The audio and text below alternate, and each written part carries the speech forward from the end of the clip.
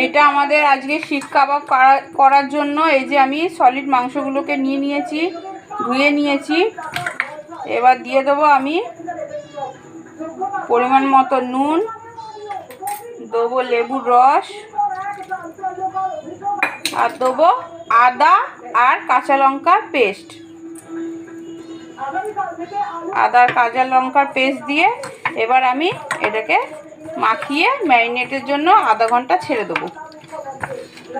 এখন আমি ক্যাপসিকামটা কেটে নেব।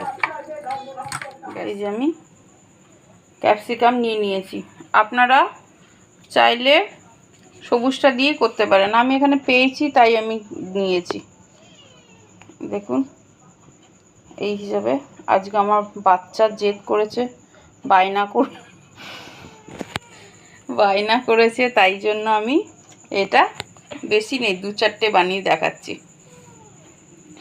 সবসময় তো আর কিনে দিয়ে দেওয়া যায় না, একটু বানিয়ে খেলেও ভালো লাগে। তো দেখুন বন্ধুরা কেমন হয় বলবেন।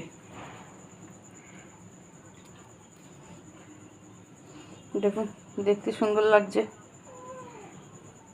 শুধু সৌন্দর্যটাই আছে, নাহলে এটা মাংস ভাজা ক্যাপসিকাম ভাজাই আছে, আর কিছুই না, শুধু সৌন্দর্যের জন্য এটা করা। বাচ্চাদের সুন্দর দেখতে হলে লোভনীয় খাবার মনে হয়, তাই এই যে আমি আরেকটা বানিয়ে নিই। দেখুন বন্ধুরা আমি এই যে সব একটা শিকে মানে টুথপিকের মধ্যে গেঁথে নিয়েছি। দেখুন এবার আমি ভাজছি। এই যে আমি তাওয়া বসিয়ে দিয়েছি, দিয়ে দিয়েছি আমি এর মধ্যে সাদা তেল, গায়ে লাগিয়ে দিলাম তাওয়াটা একটু গরম হতে দিচ্ছি। তারপরে আমি একে একে বসিয়ে দেবো। দেখুন ছোটো ছোটো আরম্ভ হয়ে গেছে। এইটা এক ধরনের ক্যাপসিকাম ভাজা, হ্যাঁ, বাচ্চাদের মনোরঞ্জন আর বড়দের কালারফুলের জন্য বাচ্চাদের আর বড়দের দুজনেই একটা লোভনীয় খাবার হয়ে উঠেছে। নাহলে ক্যাপসিকাম আর মাংস ভাজাই বলতে পারেন। আমাদের তো বাঙালিদের সহজ পদ্ধতি ক্যাপসিকাম আর মাংস ভাজা। তো এটা শুধু সৌন্দর্য বাড়ানোর জন্য, একটা দেখতেও ভালো লাগে আর খেতেও ভালো লাগে। যেমন বন্ধুরা এমনি করে ঘুরিয়ে ঘুরিয়ে একবার এই পিঠ একবার এই পিঠ এমনি করে করে একটুখানি নাড়িয়ে ভেজে নেবেন।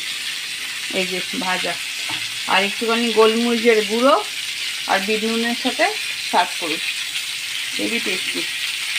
দেখুন বন্ধুরা এই যে আমাদের শিক কাবাব রেডি। একটুখানি পুড়িয়ে ভেজেছি যাতে ক্যাপসিকামগুলো ভাজা হয়ে যায় আর চিকেনগুলো ভালো করে সিদ্ধ হয়ে যায়। আর দেখুন বাচ্চাদেরও দেখতে ভালো লাগবে, খেতেও ভালো লাগবে। আর বাচ্চাদের এইটা একটা সহজ পদ্ধতিতে সবজি খাওয়ানোর উপায়। তো আমাদের এই যদি চ্যানেলটা রান্নাটা রেসিপিটা ভালো লেগে থাকে তাহলে লাইক, কমেন্ট, শেয়ার, সাবস্ক্রাইব নিশ্চয়ই করবেন বন্ধুরা। Thank you.